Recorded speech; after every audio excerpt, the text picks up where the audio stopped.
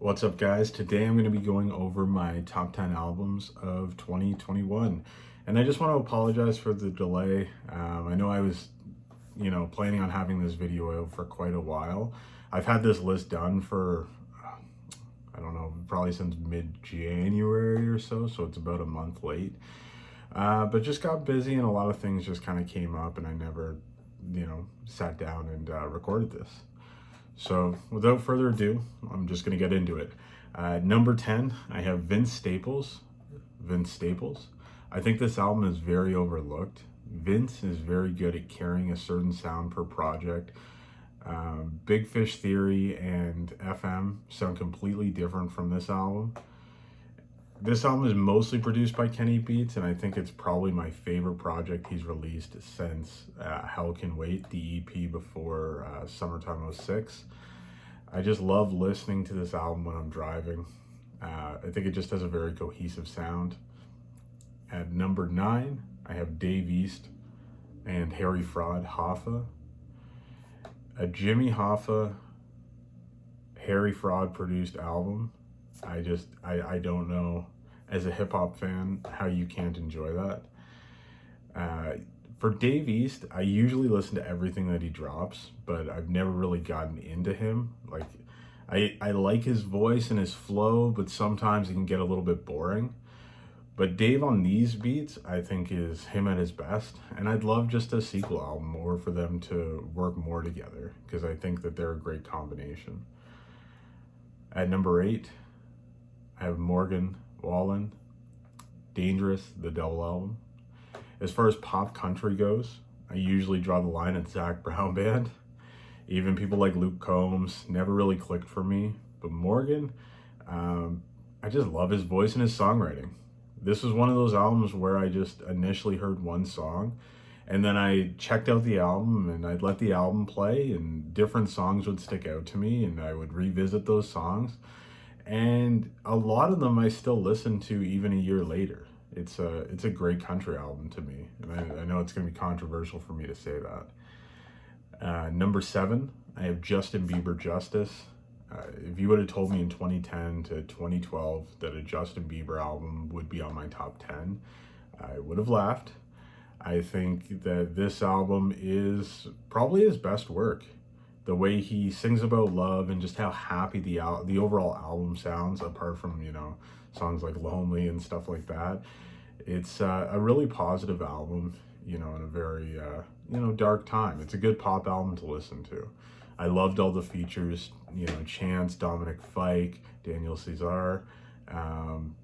Just overall, it was a great album. And I think it's probably my favorite since Purpose. I probably love this album even more than Purpose, if we're being honest. At number 6, Porter Robinson, Nurture. When Worlds came out in 2014, I definitely did not think it would take 7 years for a new Porter album to come out. He's released a few singles and he did an EP as Virtual Self, but he hasn't released a full project as Porter Robinson in that amount of time. And this one is definitely different than Worlds. The instrumentals, kind of night and day. The amount of vocals that he has on this project compared to before is a lot higher. He handles most of it on here. And just overall, the sounds of optimism on this project are great. Similar to the Justin Bieber, like, it's a very happy project. And I think, especially during COVID, it's a good album to listen to. And it definitely brightened my mood at different times. And it's not an album that I can really listen to every single day. It's something that I, if I'm playing video games or driving or something like that, then I'll put it on, because I think it's very good, like, background noise in a way, not to take anything away from it, but it's not something I would play at the gym because it just doesn't hype me up like that. At number 5, I have Eric the Architect, Future Proof. Eric is 1/3 of Flatbush Zombies. He's their main producer, but also a rapper. The sound he chose for this project is very different than the sound on most Flatbush albums. It's much more soulful. A lot of this EP reminds me of just COVID and being stuck in the house. At 17 minutes in length, this is a pretty short project, but it's also pretty easy to digest. And If there's one that I think surprised me the most on here, it would definitely be this album. It's just very, again, positive. It has a very like to me it's like a morning album. Like I would listen to this while I'm getting ready in the morning just because I don't know, it just reminds me of morning. At number 4, I have Lou from Paradise, Better Luck Next Time. I got into Lou when he released Painkiller Paradise through Interscope as Lou the Human. I also had heard his project before that, Human Addict. Yeah. And I thought that that was an all right project, but Painkiller Paradise I really, really enjoyed, and I thought that was super underrated. This is one of the few albums on here that isn't on streaming, and from what I've read, the person who mixed and mastered the album wanted to be paid better, so Lou just dropped it on SoundCloud randomly rather than doing a rollout. And now it's off SoundCloud, but you can find it on YouTube right now, or you can download it through other means. But I think this is going to be one of those albums that in a few years is going to be very difficult to find, just because I don't think it got a lot of traction. I think some of these songs only have about like 1K view on YouTube, so it definitely is not getting a lot of traction in that way. But I mean, I think the vulnerability in his lyrics, his ear for beats, especially his beat switches, make this project really, really good, and I would recommend listening to it or giving it a chance.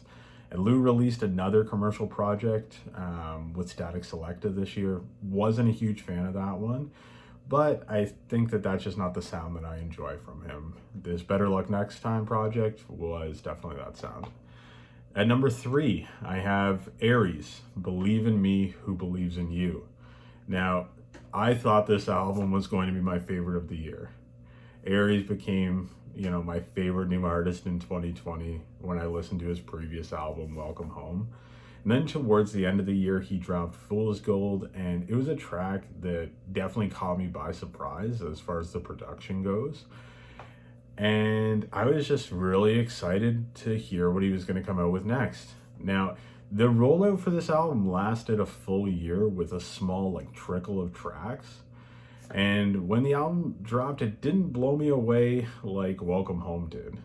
But just, I have a lot of hope for Aries in the future. I think that he really could release a project that is commercially successful, and I believe that he's going to grow his fan base a lot more. Probably by the 3rd or 4th album, he'll be doing much bigger venues and things like that. Overall, I just love his voice and production style. One Punch and especially Ditto never get old to me. Ditto was my second favorite song of the year, behind Off the Grid by Kanye, Playboi Carti, and Fivio.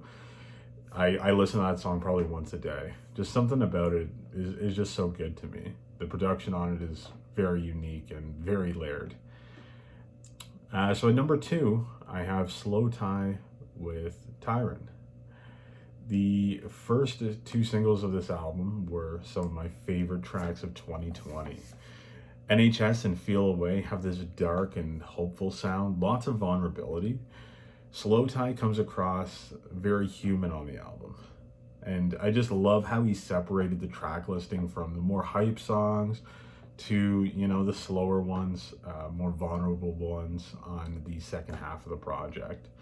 And obviously, second half is probably my favorite, but very good album. Much better than his first album, Nothing Great About Britain. I like that album.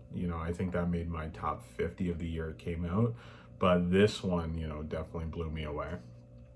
And finally, at number 1, this should be a surprise to absolutely no one.